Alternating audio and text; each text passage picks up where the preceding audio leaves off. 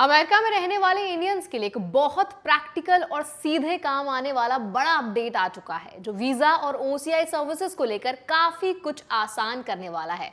अब southern California, Arizona, Nevada और new Mexico में रहने वाले लोगों के लिए प्रोसेस पहले जैसा कॉम्प्लिकेटेड नहीं रहेगा।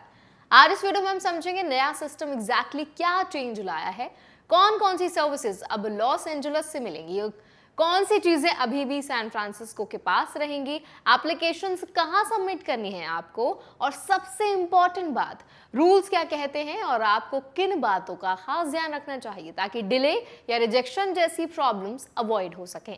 तो चलिए फिर जल्दी से वीडियो को स्टार्ट करते हैं। हाय, मेरा नाम है वर्षा दुबे और आप मुझे देख रहे हैं एनबीटी टेक एड पर।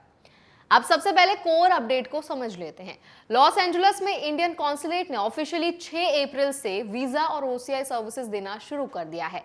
इसका मतलब ये कि जो लोग इन 4 states southern California, Arizona, Nevada और न्यू मैक्सिको में रहते हैं, उन्हें अब हर छोटी चीज के लिए सैन फ्रांसिस्को पर डिपेंड नहीं रहना पड़ेगा। ज्यूरिडिक्शन क्लियरली डिवाइड कर दिया गया है जिससे प्रोसेसिंग ज्यादा ऑर्गेनाइज्ड और फास्ट होने की उम्मीद है।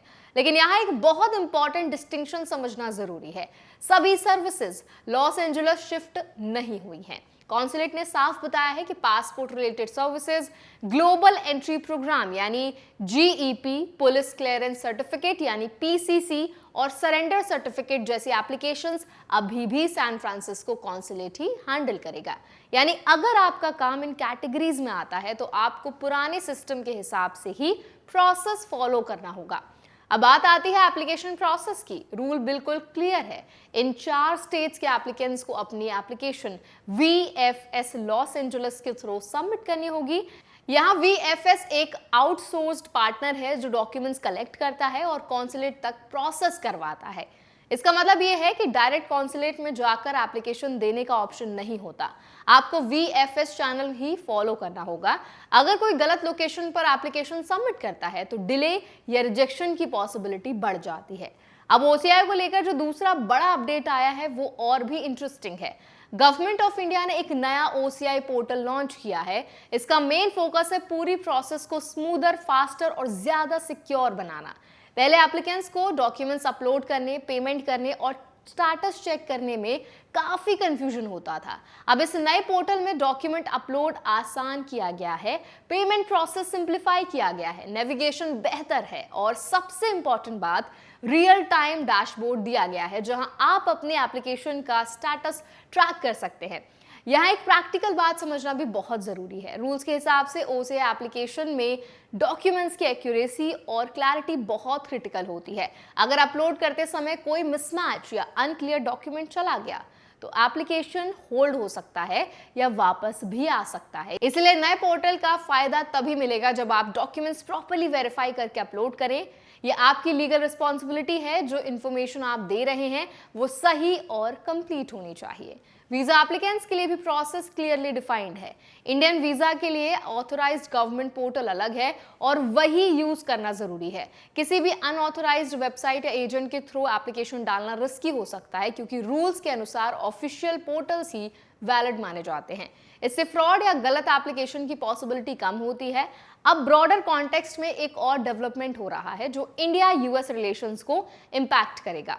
India US trade facilitation portal भी लॉन्च होने जा रहा है जिसका उद्देश्य दोनों देशों के बीच ट्रेड को आसान बनाना है। इस इनिशिएटिव में मल्टीपल इंडियन मिशंस इन्वॉल्व्ड हैं। New York, Washington DC, Chicago, Los Angeles, Atlanta, Boston, Houston, Seattle और सैन फ्रांसिस्को। इसका इनडायरेक्ट इंपैक्ट डायस्पोरा पर भी पड़ सकता है क्योंकि बिजनेस, ट्रेड और डॉक्यूमेंटेशन प्रोसेस सिंप्लीफाई होंगे। इसके साथ ही इंडियन के फॉरेन सेक्रेटरी विक्रम मिस्री का यूएस विजिट भी शेड्यूल्ड है जिसमें ट्रेड, डिफेंस, साइंस और टेक्नोलॉजी और ग्लोबल इश्यूज पर डिस्कशंस होंगे। ये बताता है कि पॉलिसी लेवल पर दोनों देशों के बीच कोऑर्डिनेशन बढ़ रहा है और कॉन्सुलर सर्विसेज में ये चेंजेस उसी ब्रॉडर कोऑपरेशन का हिस्सा है। अब सबसे इंपॉर्टेंट इंडियंस के लिए प्रैक्टिकल टेकअवेज क्या हैं? पहला, अपनी ज्यूरिडिक्शन क्लियरली समझे। आप किस स्टेट में रहते हैं और आपका एप्लीकेशन किस कॉन्सुलेट के अंडर आता है, ये चेक करना बहुत जरूरी है। दूसरा, सही सर्विस कैटेगरी आइडेंटिफाई करें। वीजा और ओसीआई के लिए लॉस एंजल्स, लेकिन पासपोर्ट, पीसीसी जैसे केसेस के लिए सैन फ्रांसिस्को। तीसरा, एप्लीकेशन हमेशा VFS चैनल के थ्रू ही सबमिट करें। और चौथा, नए OCI पोर्टल का यूज करते समय डॉक्यूमेंट्स और डिटेल्स को डबल चेक करें। अगर इन बेसिक रूल्स को फॉलो किया जाए तो प्रोसेस स्मूथ रहेगा। लेकिन छोटी सी मिस्टेक जैसे गलत कॉन्सुलेट सिलेक्ट करना, इनकम्प्लीट डॉक्यूमेंट्स अपलोड करना या गलत पोर्टल यूज करना, ये सब डिलेज और अननेसेसरी कॉम्प्लिकेशंस क्रिएट कर सकते हैं। इसीलिए अवेयरनेस ही सबसे बड़ा एडवांटेज है। तो आई होप ये वीडियो आपके लिए हेल्पफुल रहा होगा। अगर वीडियो आपको पसंद आया हो तो उसको लाइक करें, शेयर करें अपने फ्रेंड्स और फैमिलीज के साथ भी। ऐसे और अपडेट्स के लिए हमारे चैनल NBT Tech Ed को भी जरूर सब्सक्राइब करें।